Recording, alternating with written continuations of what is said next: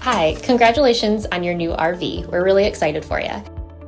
Please make sure before you're signing that you bring the following items with you. If you're a cash buyer, please make sure that you bring a cashier's check, no personal checks at time of signing, or you may bring actual cash. If you're a finance customer, please make sure that you bring proof of insurance listing your specific lien holder. If you need that information, please call us ahead of time. Also, make sure that you bring all valid driver's license of all persons that will be listed on the title. If you have a trade that you're trading in with us, please make sure that you bring your 10-day payoff as well as your title and all persons who will be listed on the title of that trade. Arrive 30 minutes early before your appointment time so we can properly inspect your unit, and also make sure that you have the fridge on and running prior to arrival. If you have any questions, please feel free to give us a call at 810-686-0710. Thanks so much. Have a great day. Hello, this is Mike with TradeWinds RV Center here to congratulate you on your purchase of your No Boundaries 19.3 travel trailer. You guys have picked a cool little unit. I'm here to walk you around it, show you how to use a few things, get the best out of your camping experience. Let's start by talking about arriving at the campsite. Anything I want you to take into consideration there, no slides to worry about, but I want you to know where your water and electricity hookups are. So your water is going to be toward the front of the unit, on your off camp side or your driver's side of your tow vehicle, and then your power is going to be all the way at the rear of your tow vehicle, or all the way at the rear of your trailer on your off camp side or your driver's side of your tow vehicle. So park accordingly so you can hook up to the campsite and use our facilities. And if you unhook your hitch, first thing you can do is level your unit. Now, you do have a power tongue jack here on the tip with a docking light for night. Simply lower or raise it. And I do recommend finding the middle of your off camp side, putting a little stick on level, that way you can tell when the unit's level. Once you've got the unit level, next thing you're going to do is stabilize it. Now on all four corners you have these stabilizing jacks, hand crank. Now these ones are just the opposite of everybody else. This one go left to go down. You can use an impact driver or a drill gun with 3/4 inch socket to run these down real quick. I do recommend jack pads. Jack pads are going to protect the feet of your stabilizing jacks from dirt, debris, hot blacktop in the summer, better distribute the weight, keep your feet from sinking in the floor.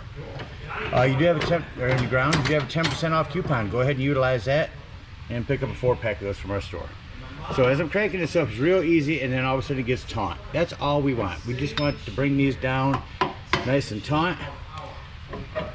All we're doing is stabilizing our unit. So get all four of them down, all four corners. Got our unit stable. Got our unit level. Let's hook up our power and water. Again, your power cord's all the way at the rear there. At the end of your 30 amp service, should you need to plug in, there's a 30 to 110 adapter. Next thing we do is hook our water up. Let's come up here in front to the city water connect. First and foremost, your water pressure regulator. This water pressure regulator is going to reduce the water pressure to 40 to 50 psi, protecting the lines in your unit. Use this whenever putting water into the city water connection or your black tank flush when we're leaving the campsite. So hook up this hose here, hook up your water pressure regulator, but don't turn your hose on yet. Coming right down here. So come back here and find your hot water heater. All we're doing at this point is making sure our drain plug's back in. I do recommend using plumber's tape on that when you put it in. Don't use the putty, it tends to get in the grooves. But some plumbing tape will hold that nice and tight. Put that in with a socket. Then you can turn on your hose. Now if your hose has been on for a little while, you can come up here and pull on this pressure release valve. You're going to pull up on that. Hear the air coming out of the lines. That air will come out until eventually you have a nice steady flow of water coming out of here. Once the water is flowing out of here, you know your hot water heater is full and you can turn it on from inside. Now there is an electric element down here. It's actually taped to off.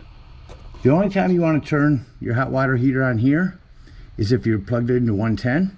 Plugged into 110, turn on this electric element here as well as inside. Also, if your hot water heater doesn't seem to be working, come out here, And these little bubbles here will be pressed out. Just simply press them back in. It's a reset. That'll get your hot water heater working again.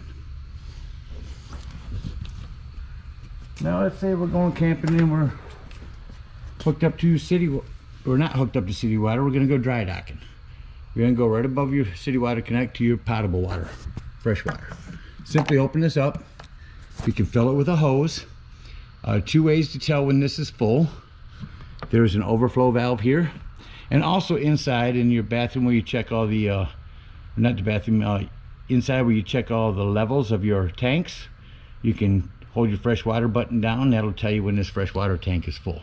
Just remember, when using the potable water is when you're going to want to turn on your water pump. Don't turn on your water pump if you're using city water. It's already pressurized. All right, we got our water and electricity hooked up. Let me walk you around the rest of the unit, show you a few other things. Here's a fresh water drain. That's where we'll drain our water when leaving the campsite. Again, city water and potable water. Coming down the off camp side, your hot water heater. That is a vent for your microwave. This is your thermos heat release. If you're running your furnace, steer clear of that. It'll get rather warm. Coming down here is where we'll dump our tanks at when leaving the campsite. Here's a black tank flush, really important. We'll clean out your black tank when leaving the campsite. Also on the rear, next to your power, is your cable and satellite hookup. On the back of your unit, your spare tire. I recommend grabbing a cover for those. Nothing worse than going down the road and years later you use this and find out your spare tire is dry rotted. So grab a cover for that. Your unit's also prepped for a Furion backup camera. It's a device that you purchase from our store. Electronically communicates with this, sets on the dash of your tow vehicle, giving you a backup camera. Do you have your ladder to come here? Go up and check your seams of your roof. And also while I'm up here, I'll show you your rhino rack. That rhino rack system is adjustable from down on the bottom. You can move them around. There's your AC unit, your satellite, skylights from inside, and vents. Your solar power all the way at the front of your unit. That's wired inside in your bathroom. Shows you your levels on that. So caulk your roof as needed. Check the seams about twice a year. Turn around the front here, you have your big awning. I'll run that out in a moment, show you how far to run that out. Extra door here to your bunk area, because you don't need the bunk area for traveling. This will lock up here and give you a big storage area in here. There's the lock for that. Also in your bunk while I'm here is a 110 and individual lighting. Curtains, emergency exit door, window, and this does lock from the outside. You have a quick connect LP right here, which with this long cord here, you can hook up your Elite griddle that comes with the unit. There's also another table that the Elite griddle can set on here, giving you this table to use for food prep. You have a 110, a couple of 110s here, and here's a spray port.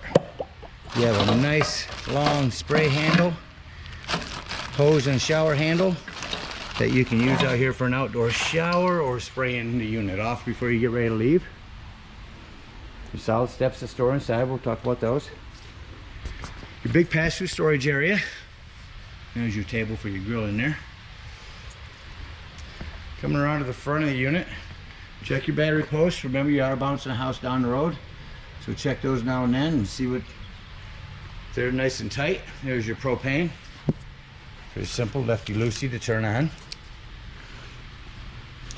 Oh, again, also, if you don't have any power on your power tongue jack, there's a little flap here that folds back and a hand crank for that. So you can sit that right down inside there and hand crank up and down your stabilizing jack if you're out of power. Lastly, let's talk about your battery disconnect. If you want to shut off all of the power to the unit, turn that to on. Your battery disconnect is on, shuts off all the battery power to the unit. It'll become important later on to talk about your carbon monoxide detector. That about covers everything on the outside. Let's go take a look on the inside. First and foremost, your fire extinguisher. Make sure that you and everyone that's camping with you knows that the fire extinguisher is located by the entry doorway in case of an emergency. Coming in the unit, up here on the wall, is your awning extend and retract, your awning light, porch light, interior lights. We'll run this awning out. Show you how far to run that out. There's your nice bright awning lights and porch light. Porch light can get rather bright. I think we got room for this to come all the way out. You only want to run it out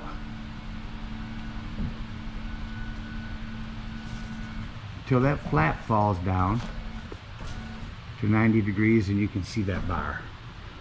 So that's how far you want to run that down. View that. Also on your arms is a pitch control. Let me get it over here so you can read it. Simply pull down on this. That'll fold in. Kind of hard to do one-handed here, but that'll pitch the roof. So if it's raining, all your rainwater will pour off to one end. Pitch, pull down, pitch adjust. And back into your unit. Here's your interior lighting as well. Coming over here on the wall, above your dinette, is your thermostat. Turn it on. There's a fan, low and high. Air conditioning, low and high, or auto. Heat, off. If you turn it on these, simply use these to raise or lower the temperature.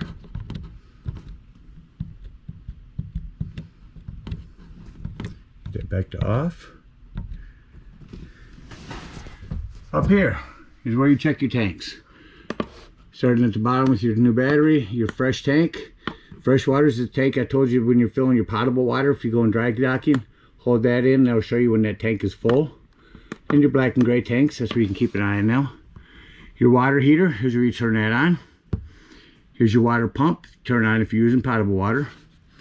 And you do have a heated holding tank system. This is where you turn the pads on if you're in inclement weather. Your dinette table does strap down for travel. You can remove this table from these bars and set it right down on these lips. Bring in your back cushions and that'll give you another place to sleep here. Again, your bunks. Go into the bathroom, work myself around. Here's where you'll check and tell how much solar power you have on your batteries. Here's your power for in here. A little plumbing to maintain your bathroom. Just keep an eye on that. It's like you would at home. And your ceiling of your bathroom is a hand crank open exhaust fan. Turn on and off. It's got 4 different speeds. Coming out into the hall. Your heat release. Let's talk about your fridge. Hold this button on for 5 seconds on the new Nordic Cold fridges and it turns it on. So if you look over here on the panel, whatever's white is what you're controlling. Right now it's on the freezer. Just move it to the fridge and set the fridge at 4. It's freezer at 5. This is in night mode. What that does is it allows it to show or be able to read that the door isn't opening and closing a lot, and it'll reduce your energy pull. Hold that in for 5 seconds and it'll shut your fridge off. Coming down below your fridge on the floor, your 12-volt carbon monoxide propane detector. So the reason I mentioned this is 12 volt, it's always running off your battery. So if you're not going to be at the trailer for a while, if you're out docking, dry docking, you have nothing charging your batteries, use your battery disconnect so this doesn't run your battery down. Just to the right of that is your access panel for your fuses and breakers. Looks like you have a variety there. 15s, 2.5, a couple 40s. Grab a handful of those from our store. Keep them with you when you go camping. Continuing to go over on the floor, you can open this up, hook up your hose. Also close that, and on the floor, you simply lift it up and scoop everything under. This does not have to be turned on in order to use that. Your self-explanatory convection microwave. Coming up to your stove. It does have a exhaust fan and light. These ones you do have to hand light. So you can turn it up to light, hit it with a lighter.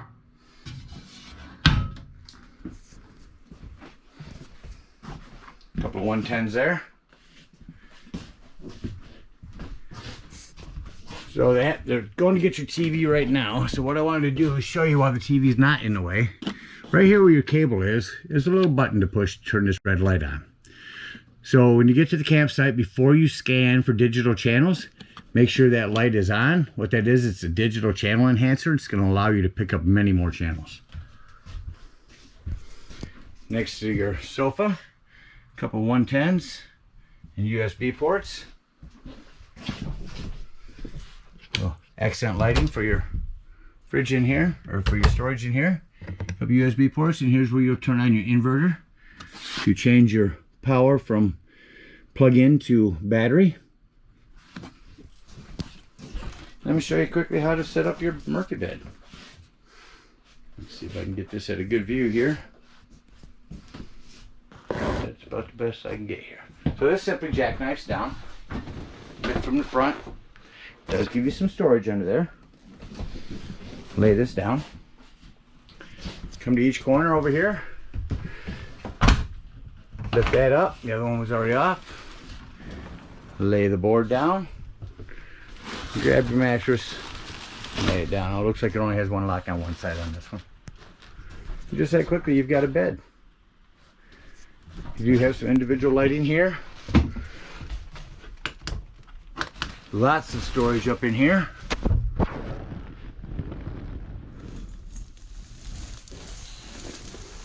Your AC unit while I'm thinking about it.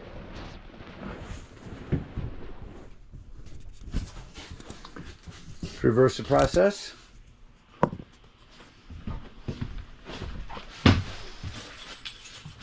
Lift your mattress up. Lift your board up. Board over on this side and jackknife your bed back up. And just that quickly, you are back to a sofa. So that about covers everything on the inside. Let's act like we're leaving the campsite. What I like to do is go to the main and shut off all my main interior power. That way I see all the lighting that I have to go around and shut off. I don't want to leave none of this individual lighting on. I'll hop up there and shut these off with a touch of the finger. And your bathroom here. Now all of our lighting is off.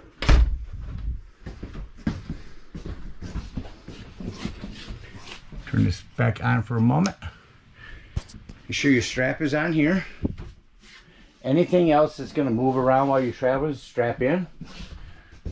On your TV, this will snap back into the corner. Got to turn this just right. It'll snap on there for travel. Shut off our lights and head on out of the unit. Now on your exterior door here, bringing these steps up, you want to make sure this door is open all the way. Which it doesn't open quite all the way with the awning in the way, so I'm going to close it up real quick. Alright, now with my awning in, I can make sure this door is all the way open. So this doesn't catch on it. That's your main point here. Lift these up into the door, slowly. Pull back on that handle and that'll lock that in there. Close your exterior door, lock and deadbolt your door. You don't want the horror story of your door coming open. Now these handles, simply lift them and turn them. We're going to go around and we're going to bring up all of our stabilizing jacks.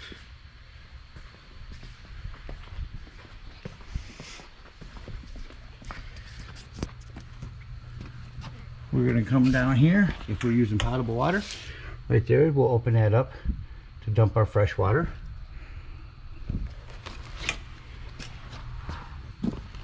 go to the hot water heater. Now you want to bleed this before you do anything else. So lift up on this handle, leave that straight out, and that's going to run all the hot water out of here. Be careful, it will be hot water. After that's done draining out of it, then you can remove your drain plug. Don't forget to put that handle back down and then close up your hot water heater. Believe it or not, some people forget.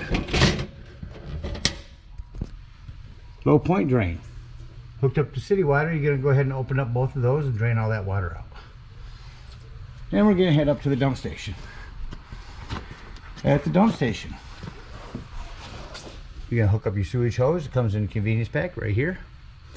First thing you do is pull this black handle. And after you pull the wastewater holding tank and it sounds like it's no longer draining, keep that handle open again with your water pressure regulator. Hook up to your black tank flush. Hook this up, hook a hose up, and go ahead and turn your hose on. What that's going to do is it's going to spray out your black tank, get all that sewage nastiness out of there. Then you can shut off your hose, unhook it, close your black handle, and then open up your gray handle. The gray handle is going to be your sinks and your showers. It's going to be your cleaner waters. And that's going to clean your sewage hose out for you. Believe it or not, they've made it pretty convenient here. Open up your trunk, or your bumper, excuse me, and store your sewage hose right inside there. They made this a nice convenient place for it to go.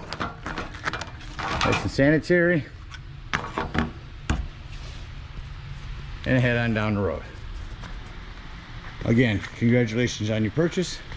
We hope you guys enjoy this for many years to come. Happy camping.